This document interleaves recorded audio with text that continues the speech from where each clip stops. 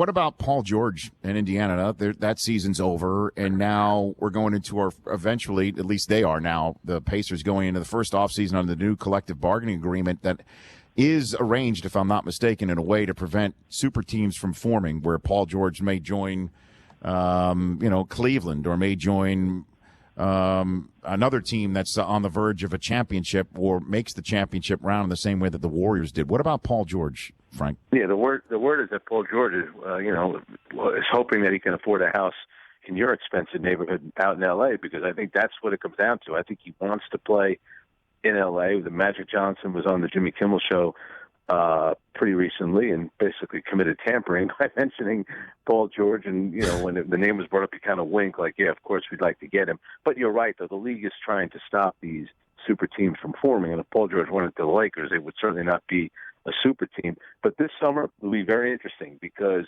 we know that Boston spoke to Indiana about Paul George, and there's a relationship there with Danny Ainge and Larry Bird, just like there's a relationship with Magic Johnson and Larry Bird. So I think for Indiana, I think they still want to resign Paul George, and they can give him the most money. So money still talks everywhere, especially in the NBA.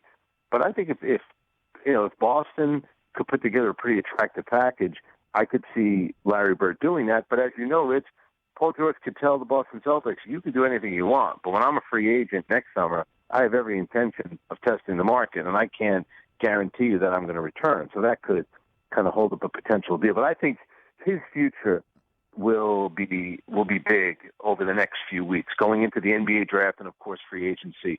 I could see something happening with Paul George. The Rich Eisen Show, weekdays at noon Eastern on Audience.